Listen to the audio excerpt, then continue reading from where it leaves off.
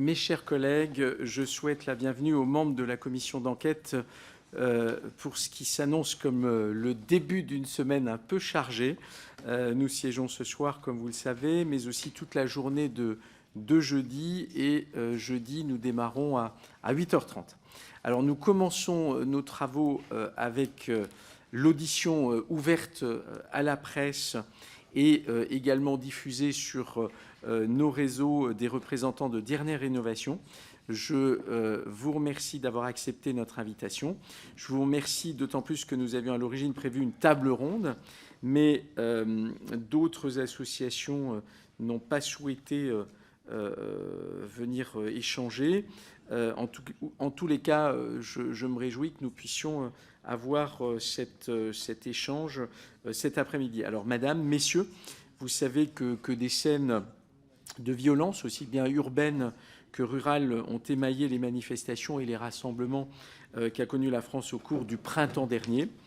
Nous avons pour tâche à la fois d'étudier les faits commis et d'apprécier la réponse opérationnelle donnée aussi bien par les autorités administratives que judiciaires.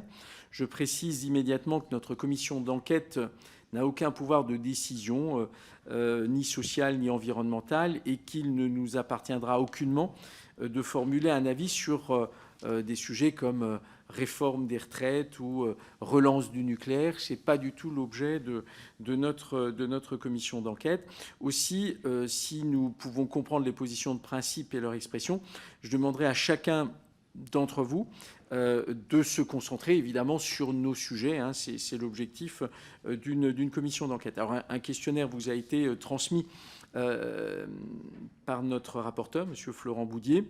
Un certain nombre de questions pourront donner lieu à des réponses écrites par la suite. Et donc, avant de vous faire prêter serment et de passer la parole au rapporteur, il me revient de poser les deux premières questions qui permettront d'introduire nos débats. En premier lieu, vous représentez un collectif qui ne commet pas de violence. Je voudrais savoir si cette option a été considérée ou discutée ou si elle s'est imposée d'évidence. En revanche, Dernière Rénovation procède fréquemment à des actions qui peuvent tout de même être pénalement répréhensibles, principalement sur le terrain de ce que l'on peut appeler l'entrave ou la dégradation de biens publics ou privés. Et donc là aussi, même question, cette option fait-elle l'objet de discussions internes à votre mouvement ? En second lieu, je voudrais savoir comment, dans les manifestations, vous réagissez lorsque vous réalisez qu'un Black Bloc est en train de se former à proximité. Est-ce que cette situation n'arrive pas en raison de mesures d'anticipation de votre part? Y a-t-il une consigne préétablie de reflux ou de rupture du contact, ou bien chacun est-il laissé libre d'agir à sa guise en fonction du contexte? Voilà quelques éléments. Et donc, pour cela, et conformément à la procédure, je vais vous demander, Madame, Messieurs, avant de vous donner la parole, et en application de l'article 6 de l'ordonnance numéro 58-1100 du 17 novembre 1958 relative au fonctionnement des assemblées parlementaires, de prêter serment, de dire la vérité, toute la vérité, rien que la vérité. Et donc, je vais vous demander, à tour de rôle, d'appuyer sur le bouton pour vous permettre de vous exprimer, de lever la main droite et de dire « je le jure ». On va le faire dans l'ordre. Donc, tout d'abord, Madame Marchal. Je le jure. Je vous remercie. Monsieur Tayeb. Je le jure. Et Monsieur Caltagirone. Pardon, je le jure. Merci beaucoup. Pardon, je vais déjà vous donner la parole par rapport à ces premières questions. Et puis ensuite, on enchaînera avec les questions de Monsieur le rapporteur, puis celles des collègues. Et donc, j'invite aussi les collègues à se manifester auprès de moi pour m'indiquer lorsqu'ils souhaiteront évidemment intervenir. Donc, je vous passe la parole, à vous de décider l'ordre d'intervention. Donc, on a compris qu'il était d'usage de commencer par un propos liminaire que je débute. Nous nous présentons devant cette commission d'enquête parlementaire pour répondre à votre convocation pour audition. Quel est le sens de cette convocation de notre collectif Dernière Rénovation dans une enquête sur, je cite, des groupuscules auteurs de violences? Nous ne sommes pas un groupuscule, terme péjoratif d'emblée, et nous sommes fondamentalement non violents. La non-violence est notre ADN, le principe même de notre action. Alors, quel est le sens de notre présence ici? Notre campagne revendique des mesures législatives enfin déterminantes contre l'évolution dramatique du climat. Alors merci de nous donner cette nouvelle occasion de porter notre message auprès des institutions. Nous avons déjà pu le faire dans une audition au Sénat à propos de la politique du gouvernement sur la rénovation thermique des bâtiments. Et notre campagne a contribué à l'avènement d'un vote majoritaire sur cette question en novembre dernier à l'Assemblée nationale. Nous étions là pour défendre sa légitimité. Initialement, vous l'avez dit, Monsieur le Président, la convocation de ce soir correspondait à une table ronde d'associations de défense de l'environnement. Corrigeons tout de suite. Nous ne sommes pas une association de défense de l'environnement, nous sommes une campagne de résistance civile non violente.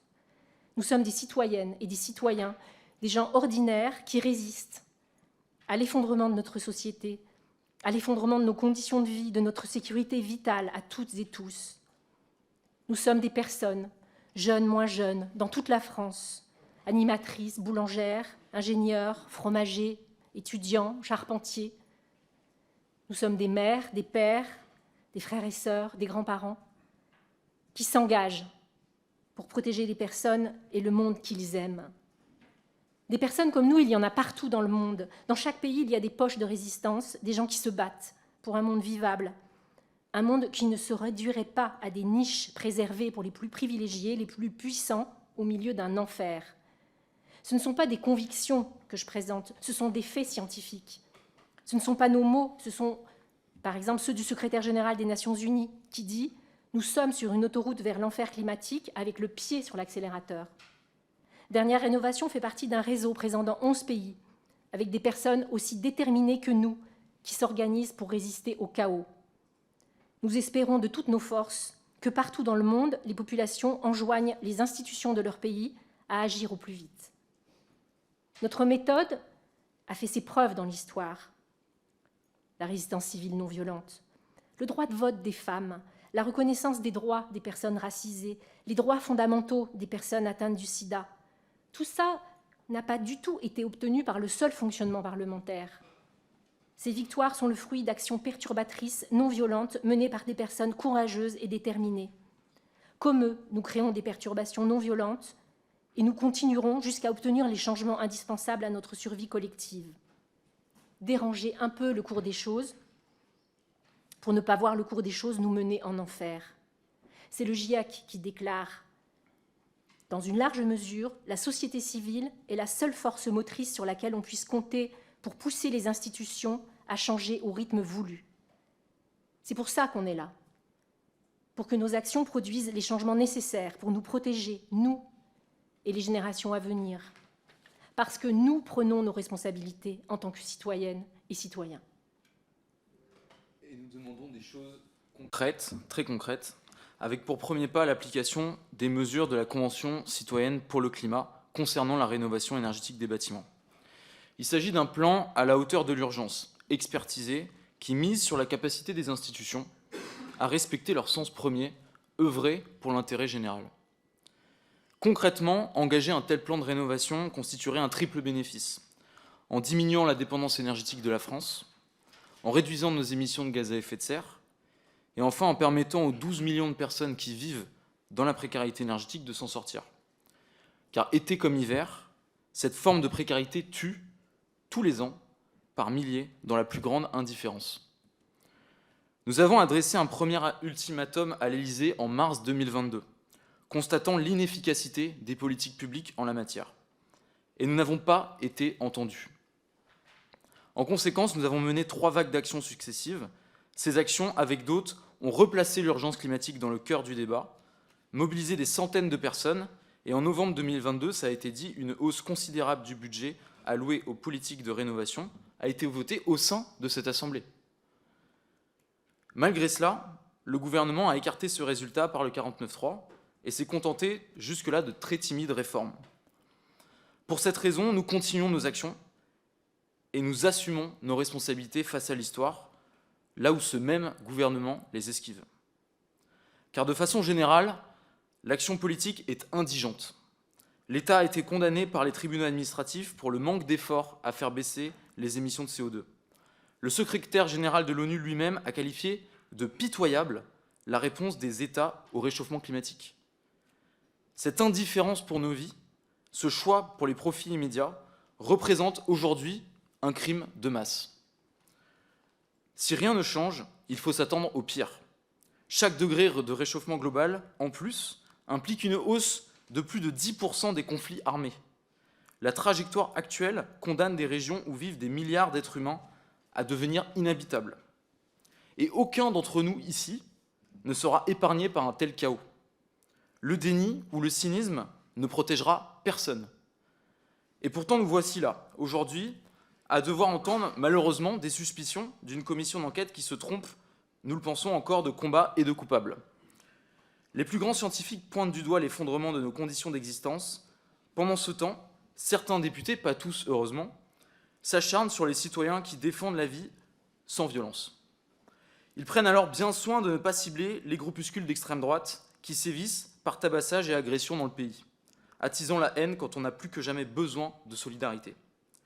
Les décisions de la classe politique, depuis des dizaines d'années, nous ont placés, moi, vous, toutes les générations actuelles, dans ce que la justice appelle un état de nécessité. C'est l'état dans lequel on se trouve face à un danger si grand qu'on est obligé de transgresser des lois pour y faire face. Comme le dit le rapporteur spécial des Nations Unies sur les défenseurs de l'environnement, et j'espère que vous aurez l'honnêteté d'en convenir, certaines actions illégales sont parfois légitimes. Non seulement nos actions sont légitimes, mais les choix politiques les ont rendues nécessaires, indispensables, parce que tout ce qu'il y avait avant comme recours pour se faire entendre a été ignoré, méprisé, et par là, c'est notre droit à la vie qui a été méprisé. Les marches, les rapports scientifiques... Il faut que vous éteigniez le micro, voilà. Il n'y en a qu'un qui fonctionne à la fois.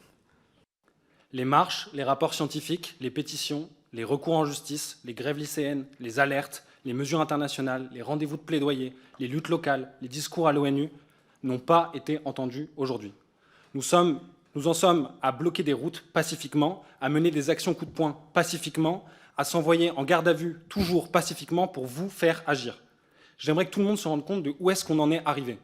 Je ne sais pas quelles histoires se racontent les gens au pouvoir aujourd'hui, mais moi je vais vous dire ce que je vois autour de moi dans la lutte. Je vois d'autres jeunes qui, comme moi, sont poussés vers le précipice. Ça, tout le monde le sait. N'importe qui a lu un rapport du GIEC le sait aujourd'hui. Quand on a mon âge et qu'on regarde la réalité en face, quand on fait ce choix-là, on doit faire le deuil de ses projets de vie, on doit faire le deuil de ses projets de famille, de son avenir. Imaginer un futur à plus de 5 ou 10 ans n'a strictement aucun sens aujourd'hui pour moi et pour tous les jeunes comme moi. En face de nous, il y a des gens, souvent plus âgés, qui exigent que l'on se taise au lieu de nous tendre la main pour essayer de nous aider face à cette catastrophe. J'espère que vous saisirez un jour, si ce n'est pas aujourd'hui, l'aliénation que ça représente. Cette injonction au silence face à la fin du monde tel qu'on le connaît, je crois que c'est quelque chose que l'histoire retiendra comme profondément obscène. Alors vous savez, tout ça est déjà tellement violent que les intimidations peuvent plus tellement attaquer notre détermination, malheureusement. Nos mouvements peuvent être dissous, on peut être stigmatisé, on peut être poursuivi, on peut être mis en garde à vue, mis en prison, on ne s'arrêtera pas. L'élan et le mouvement ne s'arrêteront pas. C'est le plus grand défi de l'humanité qui nous demande d'être à la hauteur et nous n'avons pas d'autre choix. La répression de notre action est dérisoire face à ce qui nous attend si on choisit de ne rien faire. À chaque fois que l'un de nous sera mis en cellule, tabassé, intimidé, vous verrez que parmi nous, parmi celles et ceux qui défendent la vie sur Terre, personne ne tremble. On fait face à une peur qui est infiniment plus grande. J'espère que chacun ici le comprend. Et j'aimerais ajouter une dernière chose, qui est peut-être la chose la plus importante dans ce qui doit être dit ici, dans cette commission spécifiquement, qui est aussi la raison pour laquelle une campagne non violente est venue à cette commission, malgré l'intitulé qui a été souligné par Florence. Si la résistance civile non violente d'aujourd'hui n'est pas entendue, inévitablement, ce sont des générations entières qui seront encore plus acculées, encore plus désespérées, et ça, vous le savez mieux que nous, c'est extrêmement dangereux. Le réchauffement climatique ne s'arrêtera pas, comme par magie, vous l'avez compris, Et par conséquent, la lutte ne s'arrêtera pas non plus. La répression n'y changera rien. Mais vous êtes les personnes au pouvoir aujourd'hui, vous êtes les puissants dans ce combat, je sais que vous le savez. Ça veut aussi dire que vous avez le pouvoir de décider quelle forme va prendre cette lutte. Ça veut dire que sur les questions de violence, comme pour le reste, la balle est dans votre camp, à vous, ici. Vous voulez vraiment préserver la société des affrontements et de la violence, valider les méthodes non violentes au lieu de les criminaliser, et donner des victoires politiques à la résistance civile non violente. Toutes les autres issues sont chaotiques inévitablement. Et je vais conclure ce propos liminaire avec une question pour tous les gens qui sont ici, mais aussi pour tous les gens qui nous regardent peut-être. Selon vous, qui va protéger les populations, y compris les Françaises et les Français, y compris nos familles, y compris vos familles, à tous qui êtes ici? Qui va nous protéger face aux ravages du réchauffement climatique? Jusqu'à maintenant, le gouvernement ne le fait pas, c'est un fait reconnu judiciairement. C'est donc la responsabilité de chaque personne, chaque adulte, de regarder la réalité en face et d'agir. Ne jamais cesser d'agir tant que le gouvernement ne prend pas ses responsabilités. Merci de nous avoir écoutés. Très bien, je vais tout d'abord passer, avant de vous repasser la parole, je vais passer la parole à monsieur le rapporteur quelques instants. Oui, merci Monsieur le Président. Merci à vous, contrairement à d'autres structures associatives ou pas associatives, d'avoir accepté le principe de cet échange. Dans le cadre d'une commission d'enquête, vous interrogiez les membres de la commission d'enquête, Madame Marchal, en disant quel est le sens de cette convocation. Le préfet de police de Paris n'est pas un groupuscule violent. Les médias, réseaux sociaux que nous interrogerons dans quelques jours ne sont pas des groupuscules violents. Une professeure d'université que nous avons interrogée il y a maintenant 15 jours ne fait pas partie des groupuscules violents. Et le journaliste Thierry Vincent, que nous allons interroger dans quelques minutes, après l'audition que vous acceptez ici d'honorer, n'est pas non plus membre d'un groupuscule violent. Et donc il n'y a aucune méprise à avoir sur le sens de votre convocation. Nous estimons par contre qu'il y a un sujet dans le cadre d'un certain nombre de violences commises à l'occasion d'un certain nombre de rassemblements. Un sujet de frontière entre violence et non-violence. Il y a un certain nombre d'organisations qui ont choisi l'action violente. Il y a un certain nombre d'individus qui n'appartiennent à aucune organisation structurée, qui ont décidé le mode d'action de la radicalité violente. Il y a un certain nombre d'organisations, vous en faites partie, qui ne souhaitent pas rentrer dans une logique de radicalisation violente, notamment envers les personnes, et qui, au contraire, s'affirment comme étant des organisations non violentes. Et donc, c'est le cas pour Dernière Rénovation. C'est l'intérêt de votre audition ici, c'est le sens de la convocation que nous avons adressée. Je le dis d'ailleurs aussi, aux côtés de Monsieur le Président, les structures qui n'ont pas souhaité répondre à une convocation à laquelle on ne peut pas, normalement, dont on ne peut pas se retirer. Cette convocation est une invitation, mais c'est aussi une convocation à laquelle on doit se présenter. Ces structures, nous irons chercher leur présence, parce qu'il nous semble intéressant qu'elles puissent ici nous donner quelques explications. Vous dites conviction et fait, mais nous n'avons aucun doute sur vos convictions, et nous n'avons aucun doute sur les faits que vous avez indiqués. En revanche, le mode d'action que vous choisissez, le mode d'action que choisissent d'autres individus, d'autres groupes ou d'autres groupements, ça relève de la conviction du mode d'action. Benjamin Lucas, ici présent, pardon de citer mon collègue, a choisi un mode d'action qui s'appelle la représentation nationale, et il est député. Vous choisissez un mode d'action qui est celui de structures qui, parfois, prônent la désobéissance civile, on pourra en parler, l'action non violente mais déterminée, on pourra en parler.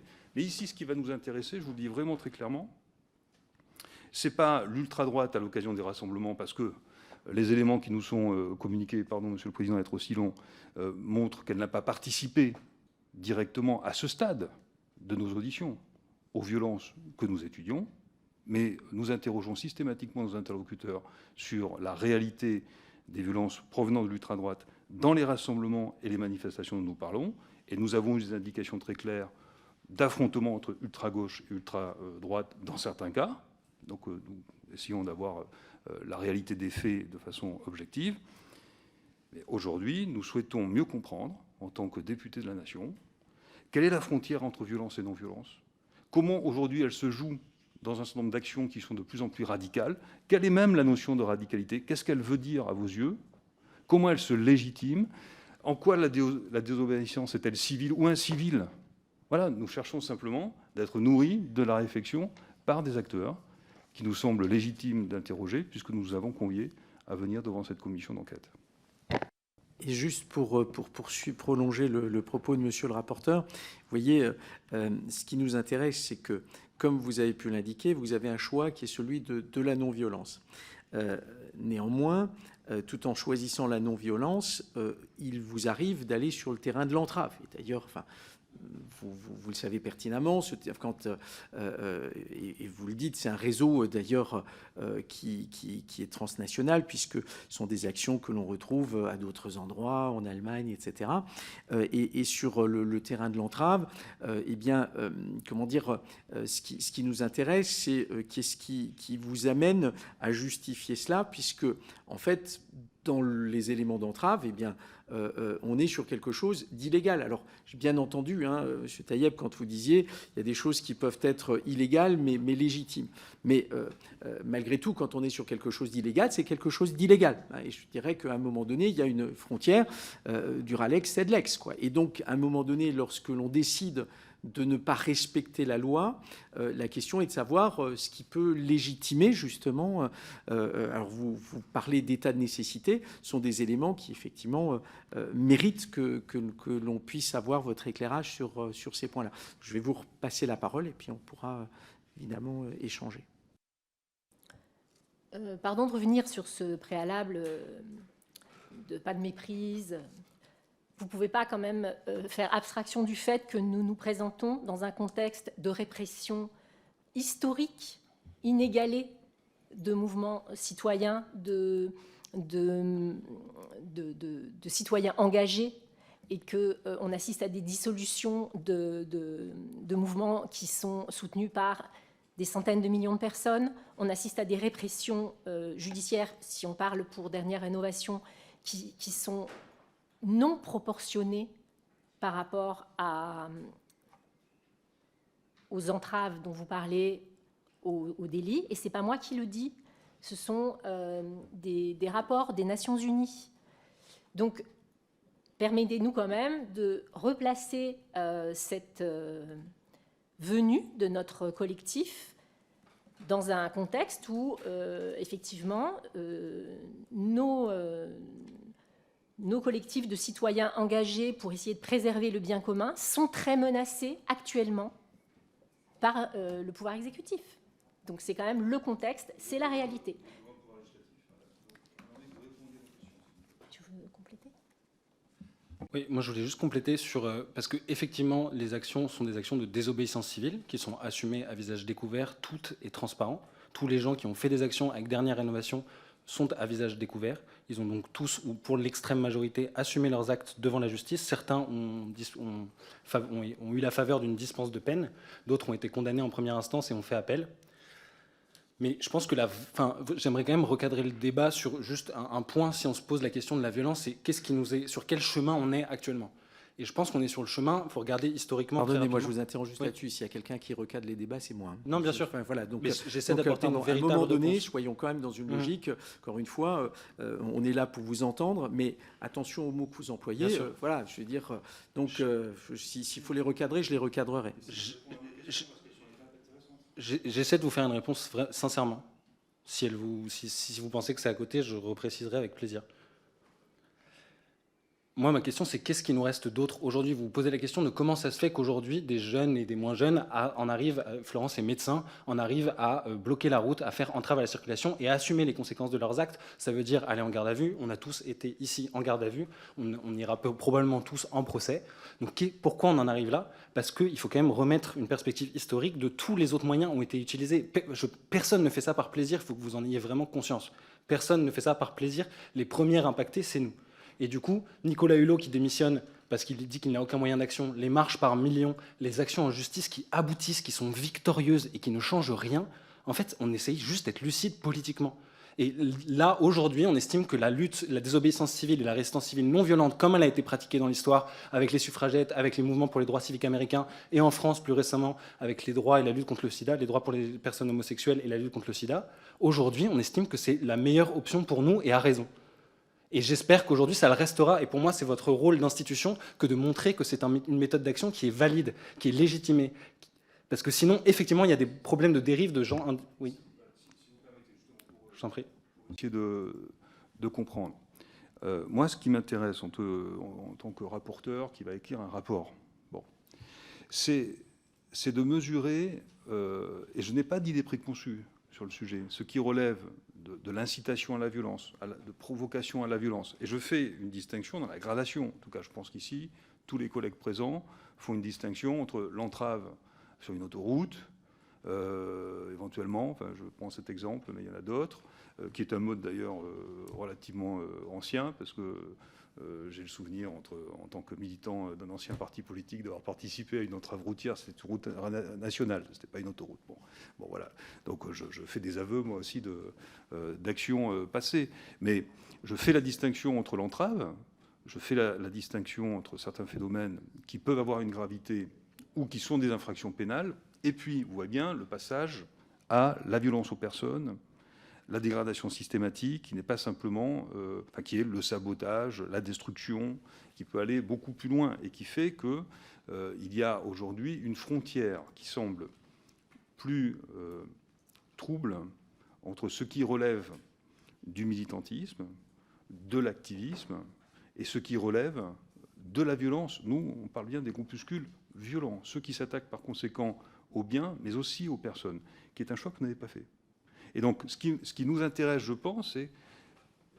Je comprends bien le passage de frontière que vous indiquez. Moi, ce que j'entends, ce sera ma question, j'entends beaucoup dire, y compris de la part d'un certain nombre de militants, une fois que la voie judiciaire a été perdue, une fois que la voie électorale a été perdue, j'en viens à la violence, parce que c'est mon seul modèle d'action. Est-ce que c'est quelque chose que vous partagez ? Ou est-ce que vous êtes aujourd'hui plutôt des régulateurs d'expression de cette violence avant qu'elle ne se commette? Ou est-ce que vous pensez que votre raisonnement est une pierre dans une succession d'événements qui peut aboutir à la violence? Je pose ces questions avec, non pas de naïveté, bien sûr, mais un vrai intérêt, parce que cette frontière, aujourd'hui, elle me semble floue, et elle me semble parfois aussi instrumentalisée. Merci pour votre question. Déjà, vous avez parlé de violence par rapport à des atteintes aux biens. En droit pénal français, il y a une distinction quand même entre la dégradation et la violence qui est que exclusivement tournée vers les personnes. Donc on parle de violence normalement quand on s'en prend aux personnes, et ça, nous, en aucun cas, on va légitimer ça d'une façon ou d'une autre.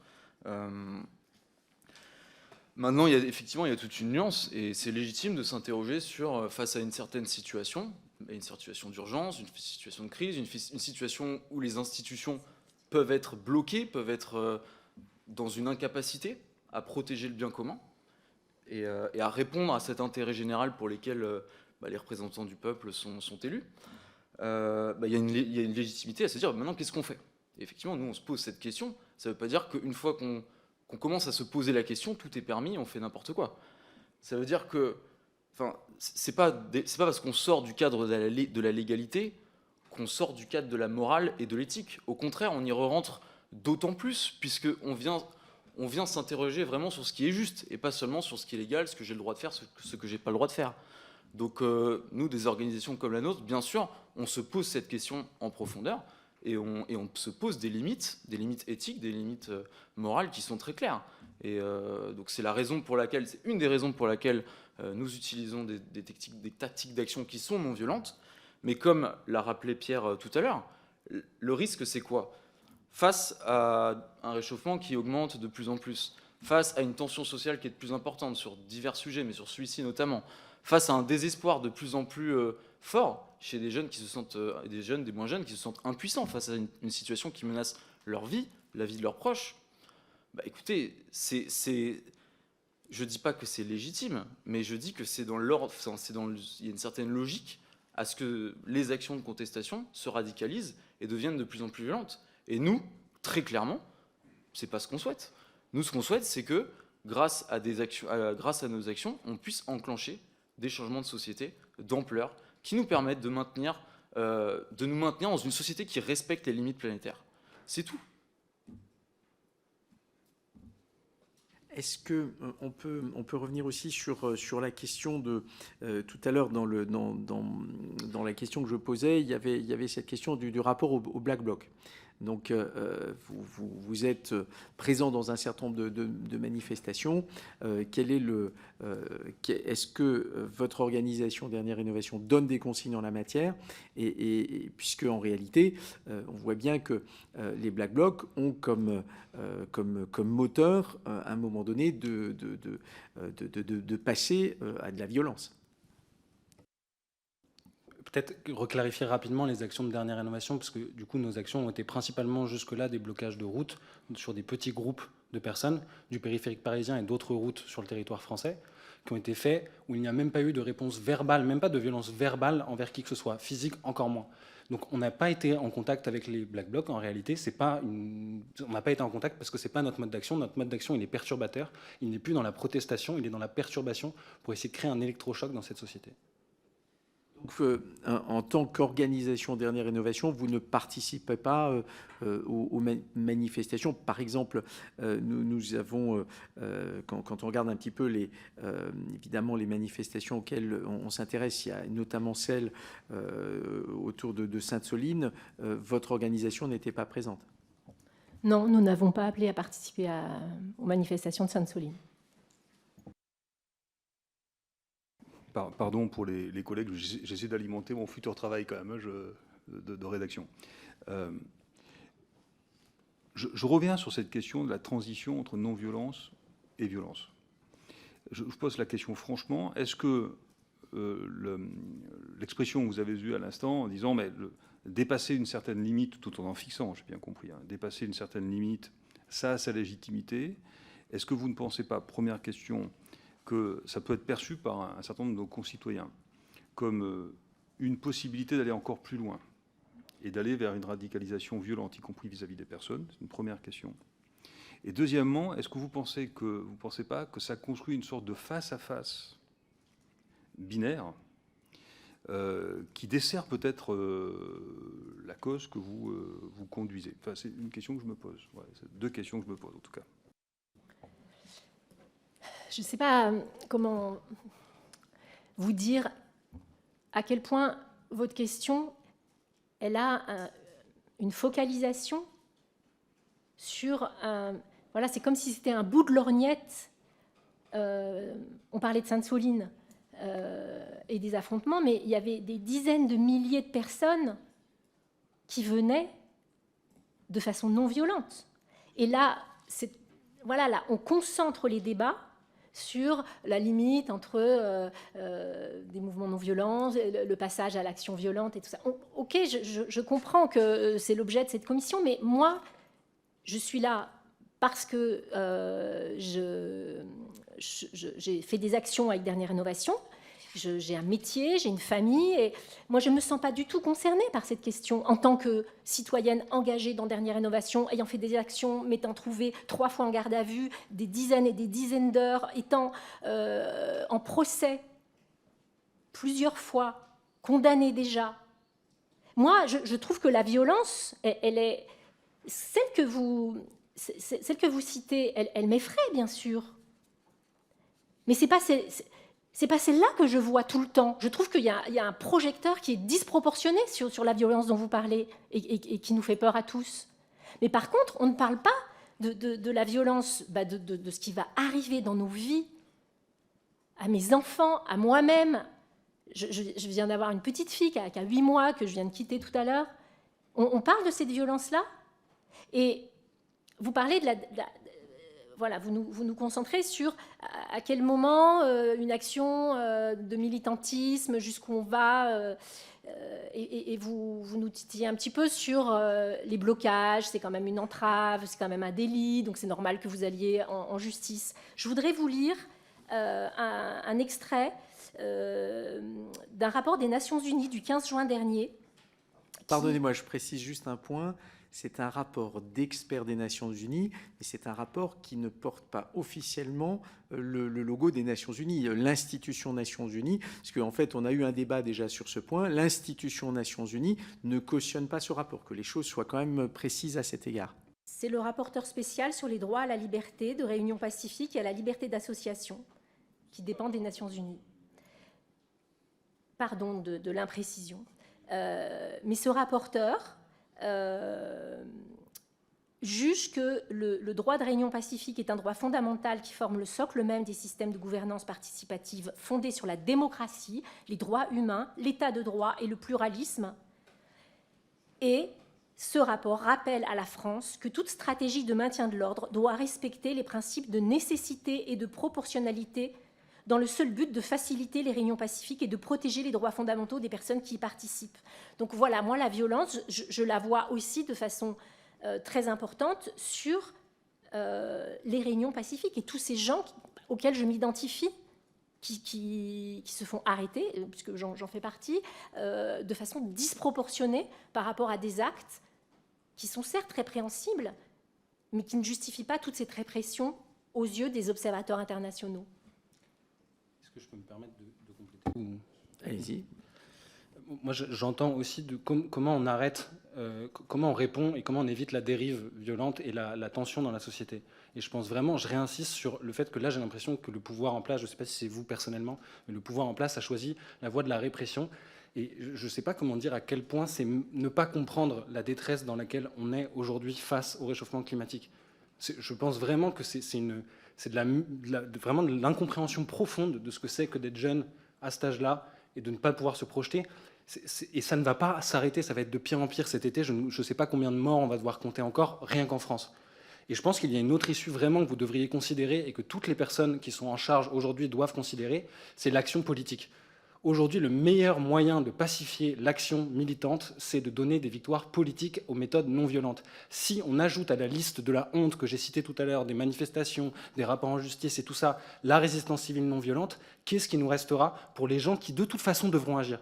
Parce qu'il s'agira de vie ou de mort. Et sur ça, je vous invite à vous renseigner sur les gens qui sont beaucoup plus en détresse que nous aujourd'hui dans les pays du Sud, quels choix ils font. Et c'est jamais l'inaction, jamais. Et je pense que c'est vraiment une option qui doit être considérée de manière un peu plus sérieuse qu'actuellement.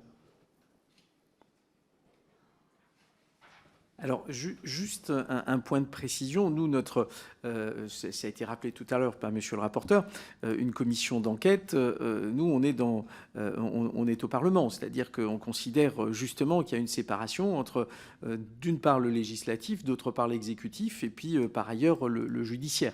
Et ça semble d'ailleurs un principe même du fonctionnement d'une institution justement démocratique. Alors il y avait d'autres demandes de prise de parole, donc Monsieur Caron, je vous en prie, et ensuite Madame Diaz. Merci Monsieur le Président.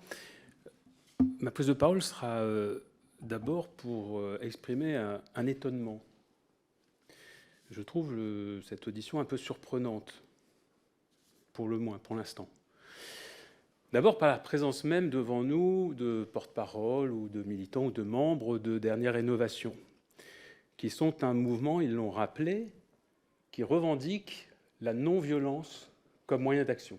Or, si je reprends l'intitulé, mais ça a été souligné, mais je veux y revenir parce que vraiment je suis surpris.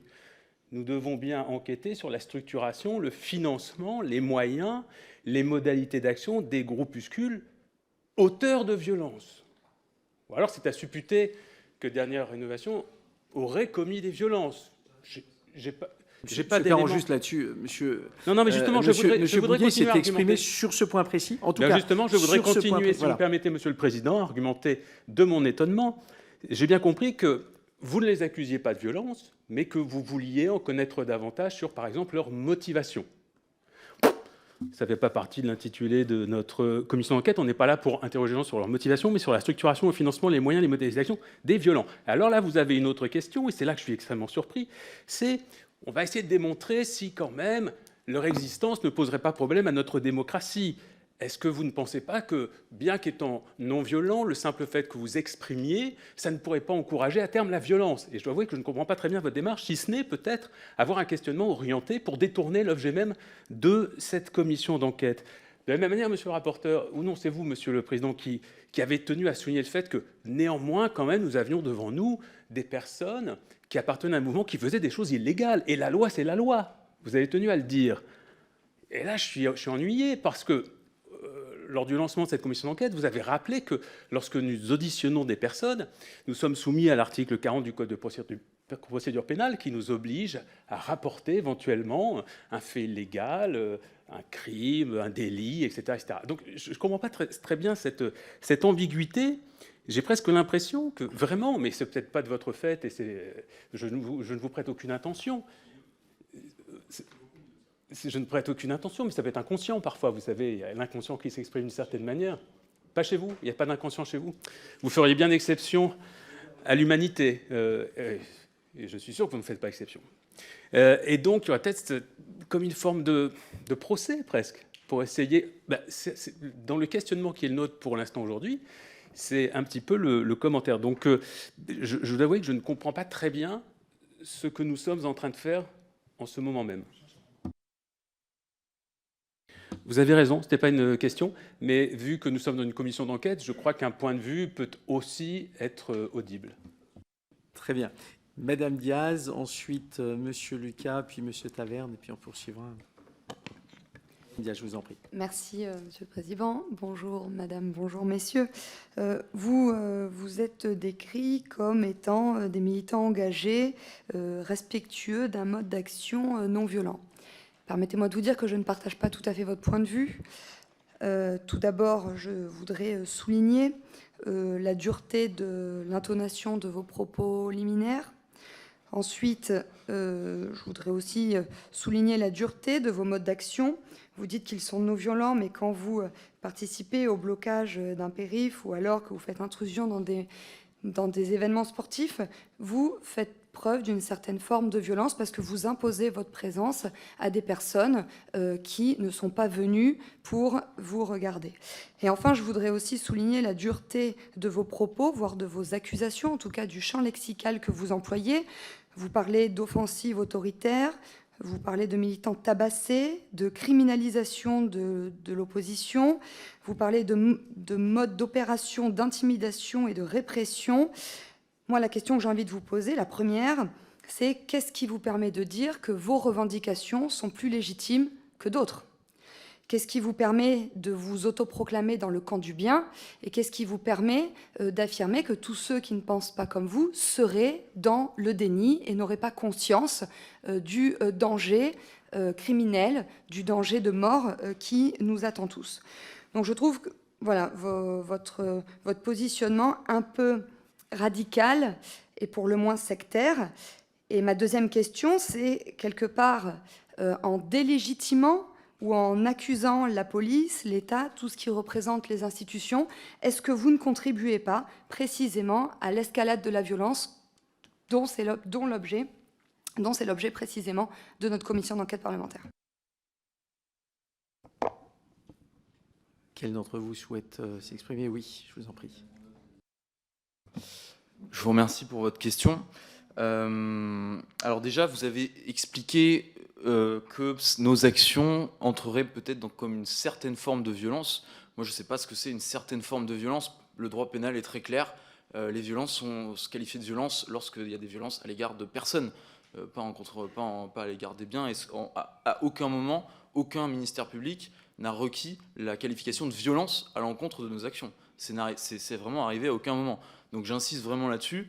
Moi, je ne sais pas ce que c'est une certaine forme de violence, mais nous, ni un juge ni un ministère public n'a jamais requis cette qualification-là. Donc pour moi, c'est nul et non avenu. Ensuite, sur le camp, vous dites qu'est-ce qui justifierait que nous nous proclamions dans le camp du bien ? Alors ça, c'est une vraie question, une question intéressante, parce qu'effectivement, dans l'absolu, avec un état d'esprit très relativiste, on pourrait se dire, mais après tout, si vous faites des actions illégales pour ce que vous défendez, pourquoi d'autres groupes qui viendraient défendre d'autres choses complètement différentes ne pourraient pas aussi promouvoir des actions illégales ? Mais nous, soyons très clairs, sur quoi on se fonde ? On se fonde sur un consensus scientifique. Un consensus scientifique, c'est quoi ? Un consensus scientifique, c'est simplement la meilleure méthode, la meilleure manière d'obtenir des connaissances à l'heure d'aujourd'hui. Donc il n'y a pas de meilleur moyen de savoir ce qui est à peu près vrai qu'un consensus scientifique. Et bien sûr qu'en tant qu'être humain, on nage dans l'incertitude, le doute, les opinions, les convictions diverses, mais fondamentalement, le consensus scientifique, C'est la chose la plus solide dont nous disposons pour justement avoir un minimum de certitude et avancer dans la bonne direction. Donc nous ne sommes pas dans le camp du bien, on ne se prétend pas dans le camp du bien. On dit juste, attendez, il y a un consensus scientifique très clair qui dit que des pays vont devenir inhabitables à horizon 10, 20, 30 ans. Des pays qui vont devenir inhabitables. Des milliards de personnes qui vont être sur les routes. Donc on a un consensus scientifique qui nous dit que nous, notre biodiversité, notre agriculture est menacée en France à cause de ce réchauffement climatique. Nos conditions d'existence sont menacées à cause de ça. Donc c'est pas une histoire d'être dans le camp du bien ou pas, c'est simplement se dire, mais au fond, comment est-ce que je sais ce qui est vrai, ce qui est juste? Nous nous appuyons sur un consensus scientifique. Voilà, c'est tout. Ensuite, sur votre deuxième question, est-ce que nos actions contribuent à l'escalade de la violence? Là encore, on a déjà un petit peu répondu à ça et ça nous a été redemandé, mais non, ce qui contribue à l'escalade de la violence, c'est l'indifférence des pouvoirs publics, ce qui contribue à l'escalade de la violence, c'est les élites économiques qui refusent de prendre les mesures qu'il faut pour restreindre la folie du système économique dans lequel nous sommes. C'est l'escalade de la violence, c'est l'impuissance, ce sentiment d'impuissance en fait qui est créé par tous ces jeunes dont parlait Pierre auparavant, qui en fait n'ont plus aucun moyen de défendre leur vie et leur avenir. Oui, je vous en prie, il faut juste... Voilà. Vous dites qu'on délégitime les institutions. Pas du tout. Pas du tout, puisque notre objectif est d'obtenir des mesures législatives. Et que, on l'a dit dans le préambule, on est en contact, on essaye de faire en sorte que l'Assemblée nationale, le Sénat, puissent produire des lois qui vont dans le sens de mesures réellement efficaces. Et notre revendication principale, unique, c'est la rénovation thermique des bâtiments. Et pour ça, on n'est pas du tout dans la délégitimité des institutions, sinon on ne serait pas là aujourd'hui. Merci beaucoup. Monsieur Lucas, je vous en prie.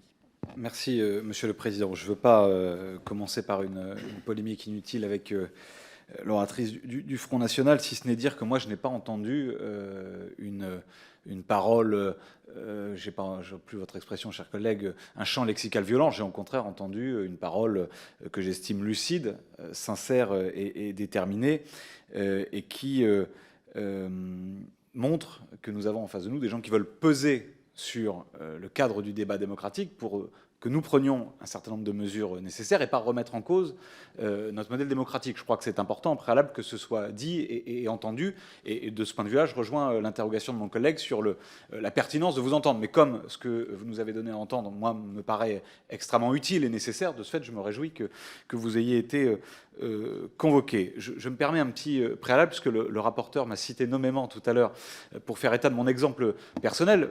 Chers collègues, pour être député, je n'en suis pas moins militant. Et je sais, comme parlementaire, et comme parlementaire écologiste singulièrement, ce que nous devons dans cette institution, dans l'histoire de notre République, au mouvement social, au mouvement civique, au mouvement républicain, ce que nous devons notamment dans la période dans laquelle nous sommes sur la question climatique, sur la question de la préservation de la biodiversité. On ne vaincra pas le plus grand péril de l'histoire de l'humanité qu'est le péril climatique sans une mobilisation de la société et donc sans des citoyennes et des citoyens conscients, mobilisés, déterminés et parfois beaucoup plus lucides et beaucoup plus déterminés que nous ne le sommes dans ces enceintes. Et parce que nous avons affaire, ça a été dit, à des forces économiques, à des forces d'inertie, à des lobbies puissants qui nécessitent que nous, parlementaires, quand bien même nous serions unanimes à prendre les bonnes décisions, aurions besoin d'un mouvement dans la société. Et c'est ainsi que ça se passe depuis 2 siècles de République. Et je tiens aussi à le dire, il n'y a pas d'opposition de mon point de vue entre l'engagement parlementaire. Je sais que vous avez d'abord bloqué des routes puis être devenu parlementaire. Je considère qu'il y a peut-être quelque chose qui a mal tourné chez vous. On peut continuer à faire les deux.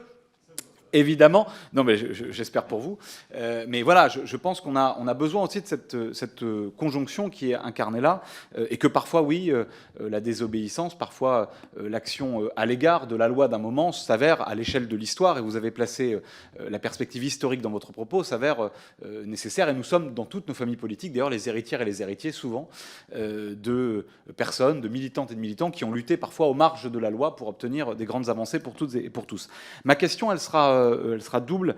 Elle sera d'abord sur le maintien de l'ordre. Est-ce que vous estimez que dans les actions qui sont les vôtres, le maintien de l'ordre tel qu'il est organisé est de nature à engager des désescalades et de l'apaisement, ou est-ce qu'il est construit de nature, ou est-ce qu'il amène à ce qu'il y ait parfois des risques de tensions qui montent dans les actions qui sont les vôtres et qui sont, je le rappelle, par nature non violentes? Mais est-ce que le maintien de l'ordre tel qu'il est organisé est de nature, j'allais dire, pour vous, à créer de l'apaisement et à ce qu'on passe à autre chose, ou est-ce qu'il met de la tension? Et enfin, peut-être une question sur le contexte dans lequel nous sommes et qui va avec l'objet de cette commission d'enquête. Est-ce que le mouvement actuel d'ultra-répression des organisations écologistes, des mouvements écologistes, est de nature à vous effrayer et à vous faire changer de modalité d'action ou de détermination, ou au contraire, qui n'a aucun impact, et ce qui démontrerait, le cas échéant, qu'on peut brutaliser un mouvement, on ne l'empêche pas? Je vous laisse répondre aux questions posées par M. Lucas. Merci. Concernant le maintien de l'ordre, je pense que c'est spécifique à chaque action et qu'il y a plein d'exemples, et quasiment toutes nos actions sont documentées, donc on peut avoir des exemples divers et variés sur Internet, donc je pense que là-dessus, les gens peuvent se faire une idée. Moi, ce que j'ai vu, par contre, beaucoup, c'est des abus très clairs, de l'intimidation très claire, à plusieurs égards. On a failli d'ailleurs pas pouvoir rentrer dans cette assemblée parce qu'on a fait un rassemblement de soutien devant et qui bloquait l'accès, ce qui aurait été une ironie quand même pas mal, et je pense que c'est symptomatique de certaines choses dans le pays, et plus globalement, sur le maintien de l'ordre, on n'est pas que dernière rénovation, c'est un mouvement plus global, et vous le savez, et là, pour le coup, on a énormément d'exemples d'abus, clairement, à tous les niveaux. Concernant la deuxième question, que je veux bien que vous me rappeliez, s'il vous plaît, parce que je n'ai pas eu le temps de la noter. Ah oui. Du coup, j'ai eu l'impression de répondre un peu déjà à cette question, mais je vais peut-être développer un tout petit peu sur la répression. Juste un point, puisque vous évoquez le fait, vous évoquez des abus. Et donc, est-ce que vous pourriez développer, qu'est-ce que vous entendez par abus, justement? Je pourrais vous donner beaucoup d'exemples, mais je peux vous donner un exemple. Par exemple, quand on est venu essayer de défendre devant l'Assemblée nationale, du coup, en novembre dernier, le vote qui avait été fait par les députés, et donc les représentants de la nation dans cet hémicycle, on a eu par exemple une policière qui nous disait qu'il n'y avait pas besoin de faire de sommation, puisqu'on savait très bien que ce que l'on faisait était illégal. Il y a eu plusieurs tentatives d'intimidation pour des choses que ce qu'on faisait était légal. Se rassembler tout à l'heure et venir se présenter à cette commission sans avoir à passer par 8 rues différentes et devoir négocier avec un policier pour pouvoir se présenter à une commission parlementaire, ça me semble être de l'abus, et il y en a de très nombreux autres. Moi par exemple, j'étais sur l'action des Champs-Élysées pour laquelle j'étais en garde à vue, on m'a menacé de me casser le bras, parce que pour absolument aucune raison, simplement parce que je faisais une action non violente. C'est parmi les très très très nombreux exemples. J'ai vu aussi beaucoup de choses en garde à vue, on pourra en témoigner plus longtemps, je pense. Et sur la question de la répression, du coup, je pense avoir dit très clairement que ça ne fera pas baisser la détermination, en tout cas pas au niveau d'un mouvement. Moi, ce que je sens et ce que je vois, c'est qu'au contraire, ça suscite une révolte encore plus grande parce que ça vient rendre visible une injustice qui était jusque-là invisible. L'injustice qui est de se dire, on pourrait croire aujourd'hui, et je sens beaucoup de décontraction dans la salle malgré les propos très lourds qu'on a, de l'injustice énorme qu'est l'injustice du réchauffement climatique. C'est une injustice géographique, c'est une injustice en fonction des âges. Et je trouve que ça vient rendre visible simplement une violence qui était déjà présente. Je ne pense pas que la répression aujourd'hui... Parce qu'en fait, c'est quoi les autres issues possibles? Soit le réchauffement climatique s'arrête, et dans ce cas-là, on n'a plus de raison de se mobiliser, mais ce n'est pas parti pour, avec l'action politique qui est en cours. Soit on décide tout d'un coup de ne plus avoir envie de vivre et de se résigner, mais je ne pense pas que ce soit dans la nature humaine profonde, en tout cas pas dans la mienne, et pas dans celle que je vois autour de moi. Faut juste... Voilà. Je peux compléter quand même par rapport aussi, c'était aussi une de vos questions, Monsieur le Président, sur la façon dont nos actions étaient pénalement traitées. Et donc actuellement, il y a plusieurs dizaines de personnes qui ont été ou qui vont être en procès. Et c'est des personnes... Comme Pierre, comme Bertrand, comme moi, qui n'ont jamais été au tribunal correctionnel pour quelque infraction que ce soit. Et voilà, si je vais parler pour ma part, je ne peux pas parler pour les autres, mais je suis à l'image de plein de gens qui ont un boulot, qui ont des enfants, qui ont une famille, qui ont des activités, qui ont autre chose à faire. Et ça rejoint ce que disait Pierre, c'est-à-dire que si on est prêt à continuer, malgré cette menace et ces procès et ces condamnations qu'on a, c'est bien parce que l'enjeu derrière, il concerne notre existence et il concerne aussi nos valeurs. Comment continuer à regarder mes enfants dans les yeux, à faire mon boulot de médecin à l'hôpital qui protège les plus vulnérables, tout en sachant qu'en fait, les plus vulnérables vont mourir de la chaleur en France, et déjà cet été. Donc, face à ça, on ne peut pas s'arrêter. Quand on prend conscience, au-delà de son travail quotidien, ce que j'ai fait il y a quelque temps, quand on prend conscience de la réelle gravité et de l'imminence de ce péril, et qu'on ne peut plus revenir en arrière, et on se dit, si je ne fais rien, je cautionne cet immobilisme, cette inaction de l'État condamné 2 fois. Donc voilà, on est des citoyens qui prenons nos responsabilités, et je reviens sur la question de nos rapports aux institutions. On demande à ce que, on espère que les personnes qu'on rencontre dans les institutions, y compris l'institution judiciaire, vont prendre leurs responsabilités de citoyens pour aller dans le sens de la préservation de nos vies, de notre climat, de l'eau, de nos récoltes, et pas criminaliser et pas condamner ceux qui les défendent. Monsieur Taverne et puis ensuite Monsieur Bellamiti. Merci Monsieur le Président, Monsieur le rapporteur, Madame, Messieurs.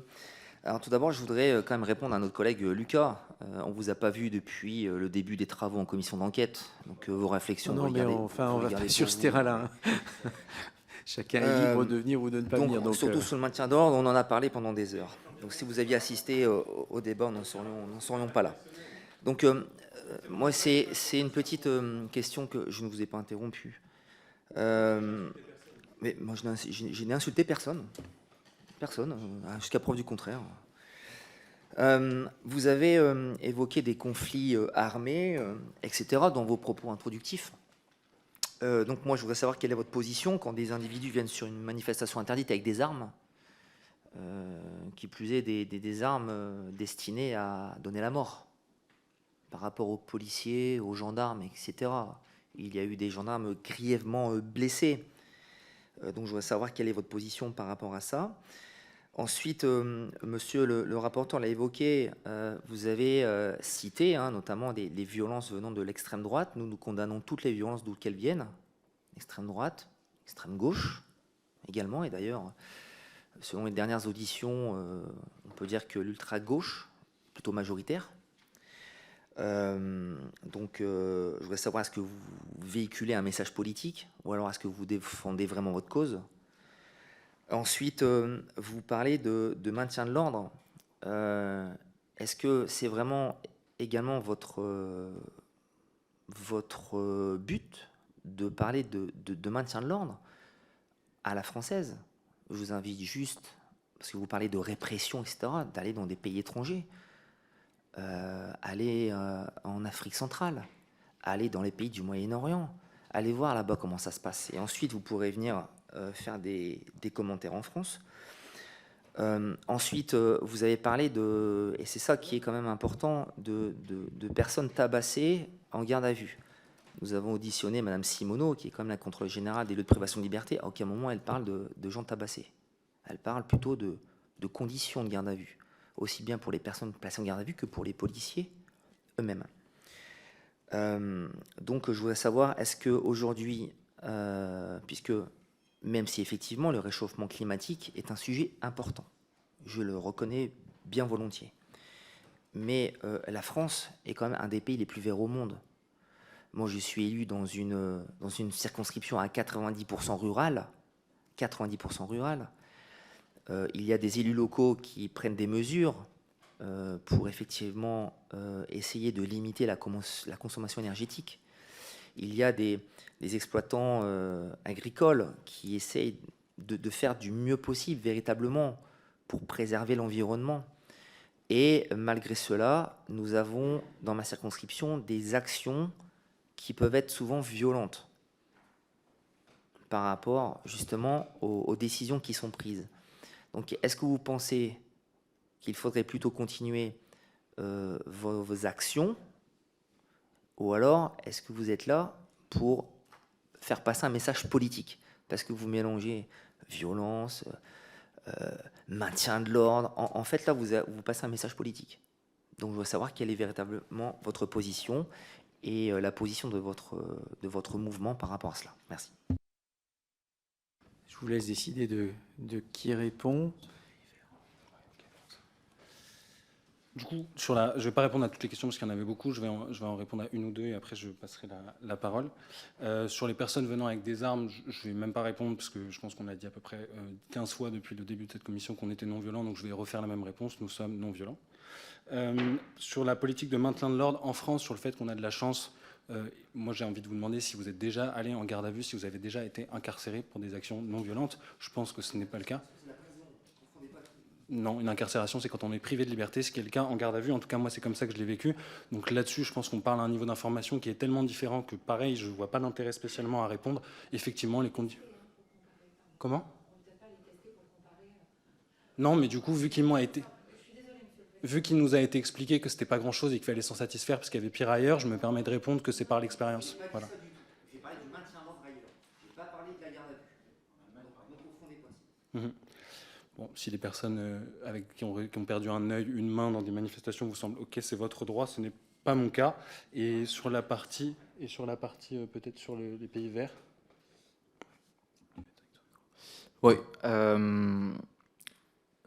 Effectivement, juste, je rebondis quand même sur la partie. Vous parliez vous disiez oui, aller manifester en Afrique centrale. Enfin, je sais pas exactement ce que vous aviez dit exactement, mais je sais plus exactement ce que vous avez dit, mais vous disiez les conditions de répression sont pires dans d'autres pays. Oui, c'est le cas. Et alors, c'est pas pour autant qu'il y a pire ailleurs que c'est bien ce qu'on fait ici. Si on se compare toujours au pire, effectivement, on se sent toujours bien et dans le. Mais non, mais c'est exactement la même chose en plus d'ailleurs parce que vous employez le même genre d'argument. Vous dites la France est un des pays les plus verts au monde. Donc là encore, vous faites une comparaison par le négatif en allant chercher les pires pays industriels et en comparant avec la France pour dire mais regardez, nous par rapport à eux, on est quand même beaucoup plus avancé. Sauf que en France, il se trouve que on est actuellement à une moyenne de 10 tonnes d'émissions de CO2 par habitant. 10 tonnes d'émissions de CO2 par habitant, si on compte les émissions importées. On sait que si on veut respecter les accords de Paris, donc si on veut avoir une chance de nous faire notre part pour rester dans un monde à peu près viable, il faut qu'on passe à 2 tonnes de CO2 par habitant. Alors, ces 10 tonnes de... Alors, évidemment, il y a des disparités très grandes au sein de la population. Généralement, les populations les plus riches vont avoir tendance à émettre davantage que les autres. Donc c'est aussi quelque chose qu'il faut regarder de près. Mais globalement, non, la France n'est pas ça n'a aucun sens de dire la France est l'un des pays les plus verts au monde. Nous sommes citoyens français, nous estimons que la France ne fait pas sa part, ne fait d'autant plus pas sa part si on considère la responsabilité historique que la France a et le niveau d'émissions les émissions qu'elle a pu émettre sur toute son histoire industrielle. Donc non, nous ne partageons pas du tout ce point de vue. Je voudrais terminer nos propos par rapport à le maintien de l'ordre. On en a parlé un petit peu. Il est question ici d'un enjeu historique, planétaire, humain, et il est question en droit de proportionnalité. C'est-à-dire que ce soit la Cour européenne des droits de l'homme, parce que beaucoup d'actions militantes sont certaines condamnées en première instance, et puis finalement, quand ça va à la Cour européenne des droits de l'homme, le caractère militant, avec des actions proportionnées par rapport à l'enjeu qui est défendu, est reconnu, est préservé, est défendu. Et je mets ça en lien, en parlant de proportionnalité, avec le nombre de mises en garde à vue récemment dans la période qui nous occupe, qui n'ont pas donné lieu finalement à des actions judiciaire, ce qui interroge quand même sur l'abus de la garde à vue. C'est tout ce que je voulais dire. Je vais passer la parole à Monsieur Bellamiti. Merci Monsieur le Président, Monsieur le rapporteur, chers collègues. Je voudrais dire à messieurs et madame que vous n'êtes pas sur le banc des accusés. À aucun moment je n'ai eu cet état d'esprit en rejoignant cette salle de commission. Et vous dire que, contrairement à ce qui est inscrit sur votre compte Instagram, qui faisait état de la convocation à laquelle vous avez répondu favorablement. Vous parlez de signal inquiétant pour la démocratie. Au contraire, je crois que votre présence ici nous permet de mieux comprendre votre spécificité, vos modes d'action par rapport à d'autres qui peuvent être qualifiés de violents ou qui sont violents manifestement, afin de mieux légiférer. Vous parliez tout à l'heure de victoire politique significative de l'action non violente. Si à un moment donné on veut obtenir des victoires politiques de vos actions, en tout cas de celles que vous revendiquez, il faut qu'on se parle. Et quoi de mieux que de le faire ici, devant la représentation nationale. Donc votre présence ici n'est en aucun cas un signe de malaise démocratique, bien au contraire. J'aurais 4, du coup, interrogations pour mieux comprendre vos actions, ce que vous représentez, les différences qui vous caractérisent par rapport à d'autres organisations. Vous réalisez, semble-t-il, mais vous me corrigerez si je me trompe, des blocages de circulation, des actions comme celle-ci, qui sont manifestement illégales. Quelle est la différence, selon vous, entre l'illégalité et la non-violence? Est-ce qu'une action non-violente, de fait, devrait être légitime au sens de légal? C'est ma première question. Et le corollaire de cette question, c'est comment espérez-vous convaincre un maximum de Françaises et de Français qui, in fine, se traduisent par des votes dans les urnes en démocratie, en menant de telles actions? Comment vous souhaitez susciter l'adhésion en menant des actions qui perturbent le quotidien des Françaises et des Français? Deuxième question, vous parlez dans votre même post Instagram des soulèvements de la terre, en tout cas des actions qui ont mené à leur dissolution. Est-ce que vous vous sentez solidaire des actions de dégradation des exploitations agricoles qui ont été menées dans le département dont je suis le représentant, en l'occurrence la Loire-Atlantique, et où les condamnez-vous, le cas échéant? Je parle évidemment des dégradations des exploitations agricoles. Troisième question, vous parlez dans ce même post Instagram qui est long, et j'invite tout à chacun à aller le lire, d'élites politiques et économiques qui organiseraient sciemment l'anéantissement du vivant. Vous voulez savoir de qui vous parlez. Peut-être que je peux m'inclure dans cette élite politique, mais j'aimerais que vous précisiez de qui vous parliez. Et enfin, est-ce que vous envisagez, est-ce que vous projetez de mener des actions ailleurs qu'en France? J'entends par là dans des pays qui sont les principaux émetteurs de gaz à effet de serre. Je vous remercie. Et vous repassez la parole.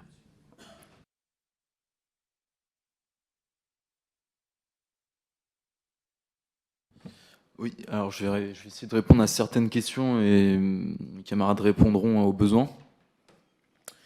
Alors déjà, sur votre question sur les blocages de la circulation, je vous avoue, j'ai pas très bien compris la question.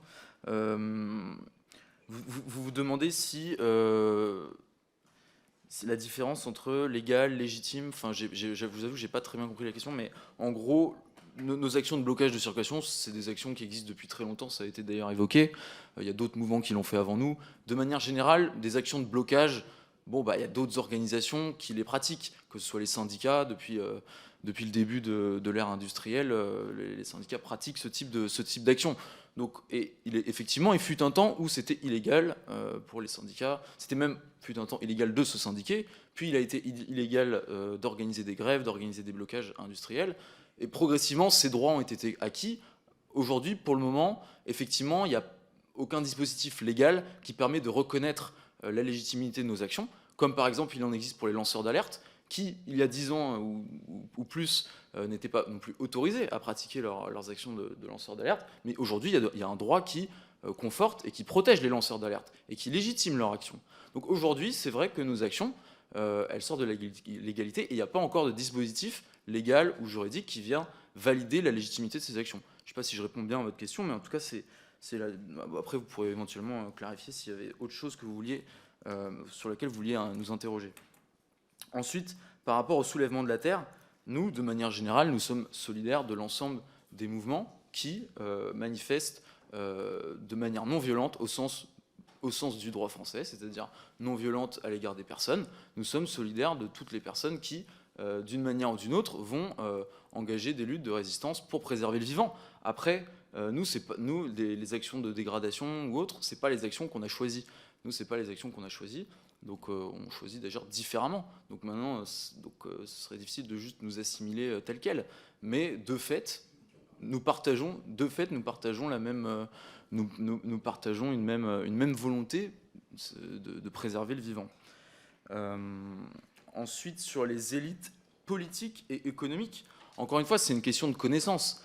Il y a 20, 30, 40, 50 ans, il y avait encore beaucoup de monde qui n'était pas bien, on va dire, sensibilisé à ces questions, qui n'avaient pas forcément lu les rapports du GIEC, qui n'avaient pas forcément étudié la littérature scientifique sur le sujet du réchauffement climatique.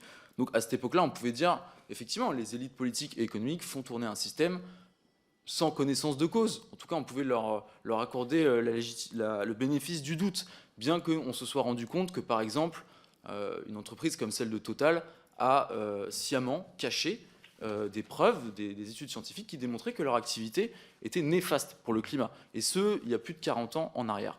Donc en réalité, ça dépend pour qui. Mais aujourd'hui, clairement, on ne peut pas se cacher derrière son ignorance.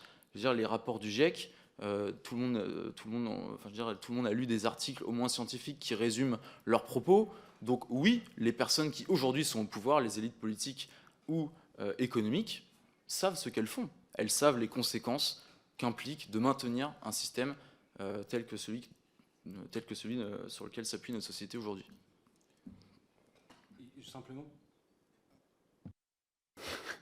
Simplement pour peut-être juste compléter, parce que je trouvais que la réponse était complète, mais un élément, c'est sur la question de la légalité et légitimité.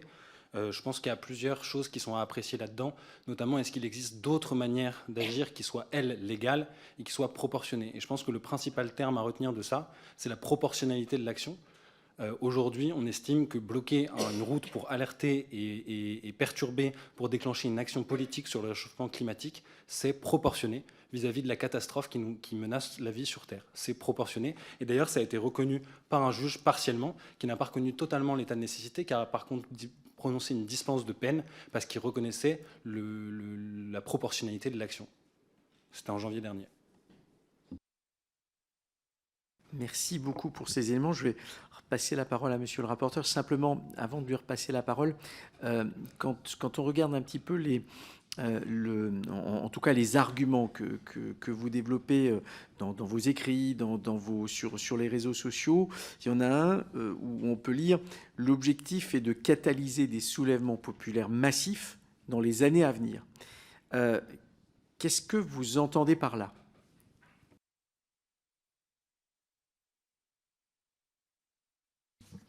Oui, très simplement, ça a déjà un petit peu été évoqué, mais le GIEC lui-même déclare, dans une large mesure, la société civile est la seule force motrice sur laquelle on puisse compter pour pousser les institutions à changer au rythme voulu. Donc il y a des changements d'ampleur qui sont face à nous, des changements de société d'ampleur. Donc nécessairement, ces changements doivent s'accompagner de mobilisations sociales d'ampleur. Sinon, ils ne se feront pas. Parce que ça a déjà été évoqué, il y a des pressions économiques d'un côté. Si de l'autre côté, on n'a pas une pression populaire, une pression d'un mouvement social d'ampleur, écoutez, on n'y arrivera pas. Donc effectivement, nous, notre objectif initial, nos actions n'ont pas pour but de mobiliser dans un premier temps les personnes les plus motivées, on va dire, les plus conscientisées. Mais l'objectif à terme, c'est de mobiliser bien plus largement autour de nous. Je vous remercie et je repasse la parole à notre rapporteur. Simplement, ah oui, pardon, excusez-moi. Là-dessus, parce qu'il y a une question qui n'a pas été posée et qui me semble être complémentaire de ça pour comprendre pourquoi on a choisi la rénovation thermique des bâtiments spécifiquement. Et c'est en miroir avec l'objectif de catalyser des soulèvements populaires. C'est parce que c'est la mesure la plus simple, la plus gagnable et la plus consensuelle dans la société, qui fait à la fois consensus dans les classes sociales les plus pauvres, les plus aisées, où il y a globalement quasiment personne qui y est opposé. Et du coup, c'est extrêmement important de comprendre que si le gouvernement et les personnes au pouvoir ne sont même pas capables de faire avancer le sujet de la rénovation, qui est vraiment la première marche, la marche la plus simple sur laquelle monter pour déclencher une action, c'est vraiment qu'on ne peut pas nourrir d'espoir sincère et sérieux vis-à-vis de cette action politique. Monsieur le rapporteur. Oui, merci, Monsieur le Président. D'abord, je redis à nos collègues qui ont posé la question sur la confusion des genres et l'intérêt de cette audition, que c'est précisément parce que vous avez choisi l'action non violente et parce que nous regardons les groupuscules violents dont vous n'êtes pas, que nous souhaitons avoir votre point de vue sur le rejet d'une méthode d'action qui n'est pas la vôtre. Je crois que c'est assez clair De la même façon que nous allons interroger des personnes qui ne sont pas violentes et qui, par contre, ont un jugement, une interprétation, une vision de ce qu'est la violence dans notre société et ce qu'est la violence politique et comment elle se définit. Je reviens sur la question de notre collègue il y a quelques instants. Lorsque des agissements, cette fois-ci violents, contre des personnes, sont commis, et nous n'avons pas accès au dossier de la dissolution des soulèvements de la terre, mais le juge administratif, le Conseil d'État, y aura accès, bien sûr, puisqu'il a été saisi. Lorsque des actions violentes contre des personnes sont commises par, je ne sais pas comment les nommer d'ailleurs, activistes, militants, je serai très prudent sur la façon de les qualifier, sont commises à l'encontre de personnes, est-ce que vous vous sentez solidaire ou par principe vous considérez que ce n'est pas acceptable? Parce que j'ai bien compris la réponse de Bertrand Caltagirone il y a quelques instants, solidarité vis-à-vis de celles et ceux qui mènent des combats communs sur la question environnementale, j'ai bien compris, mais j'imagine que cette solidarité s'arrête à la violence, y compris lorsqu'elle est commise au nom de cette cause. C'est une question que je voulais vous poser. J'ai l'impression que je vous ai déjà répondu, excusez-moi, monsieur le rapporteur. En tant que voilà, Florence Marchal, citoyenne impliquée dans ma vie, mon pays, ma famille, mon métier, quand je vois ce qui se passe à Sainte-Soline, je suis choquée. Et ce qui me choque, c'est pas la violence dont vous parlez, c'est les 6000 grenades qui ont été tirées. Et elles n'ont pas été tirées par les manifestants, les 6000 grenades. C'est ça qui me choque. On parle de proportionnalité. C'est ça qui me choque. C'est les gens qui sont envoyés dans le coma alors qu'ils ont une autre vie et qui ne sont pas des Black Blocs. Donc, enfin, je vous ai déjà répondu de cette façon-là, pardon. Plus précis. Ah oui. Lorsque, à Sainte-Soline, il y avait à peu près 8000 personnes, dont 1000 personnes dans une logique de radicalité, et ce sont les chiffres qu'on nous donne, et 250 dans une logique de violence aux personnes. Bon. Quand une personne se rend à une manifestation, à ce moment-là, les grenades ne sont pas lancées. Avec des boules de pétanque ou des armes par destination, quelle est donc votre réaction? J'entends bien ce que vous dites sur le problème de l'escalade, de la désescalade, sur le maintien de l'ordre, qui est un débat qu'on a également, bien sûr. D'ailleurs, j'ai souhaité, je le rappelle, que notre commission porte sur le déroulement de l'ensemble des manifestations et des rassemblements, y compris la question du maintien de l'ordre, pour que ça ne soit pas zappé de notre réflexion. Au contraire. Mais quand vous apprenez que des individus, au nom de la cause environnementale, viennent avec des armes par destination, vous confirmez par conséquent votre rejet de cette action. Oui, c'est un problème, mais la culpabilité n'est pas de ce côté-là. La culpabilité est dans, je ne vais pas refaire le propos liminaire, mais est dans le fait que l'action politique n'offre aucun espoir. La lutte non violente n'est absolument pas écoutée pour l'instant. Donc effectivement, c'est un problème grave, mais par contre, il faut remettre la culpabilité au bon endroit. Vous commencez votre question en parlant de cette manifestation marquée par la radicalité. Non, j'ai parlé d'une partie, simplement, très clairement, des manifestants qui ne sont d'ailleurs pas des manifestants. Oui, mais moi, je pense qu'on ne peut pas déconnecter le motif de ces milliers de personnes qui étaient présentes et la question de ce qui s'est passé derrière. Il y a quand même eu une répression qui a été au-delà des personnes que je ne connais pas, j'y étais pas, je ne sais pas, je ne suis pas enquêteuse, mais il y a une répression qui est allée au-delà. Moi, c'est ce que je vois, et je vois surtout qu'on en fait un récit différent selon qu'on est du côté des forces de l'ordre ou selon qu'on était une mère de famille sur place. C'est pas le même récit. Et c'est ça qui me choque beaucoup. Et moi, je me pose la question, est-ce que cette commission d'enquête parlementaire va éclaircir ce récit? Et on ne peut pas déconnecter ça du fait que les bassines dont il est question, elles profitent à 6% des agriculteurs, aux agro-industriels. Et dernier point, vous nous interrogez sur cette question qui est quand même en lien avec cette histoire d'autorisation ou pas de bassine. Donc là, il y a une manifestation contre l'installation et l'utilisation des méga-bassines avec un dispositif policier sans précédent. Et je ne suis pas sûre, je ne sais pas si dans vos travaux, vous avez évoqué quelque chose qui s'est passé dans la période qui correspond à cette commission, qui était une agression en fin de manifestation de la FNSEA contre le domicile d'un responsable écologique. C'était le 22 mars. Et c'était une manifestation de la FNSEA parce que la juridiction, le tribunal en question avait interdit les bassines.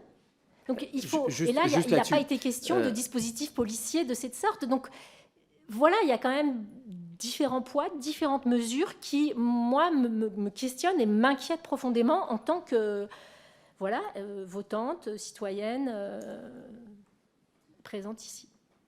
Madame Marchal, juste deux points qui me semblent quand même importants de préciser en tant que présidente de cette commission d'enquête.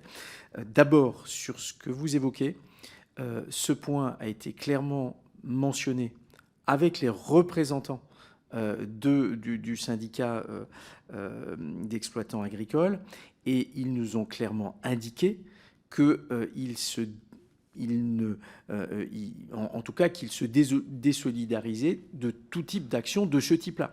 Et que, comme vous avez pu dire que vous êtes sur des actions non violentes, ils ont précisément tenu à insister qu'ils étaient sur cette ligne-là. Et d'ailleurs, vous pourrez, comme vous, c'était une audition publique, vous pouvez la consulter.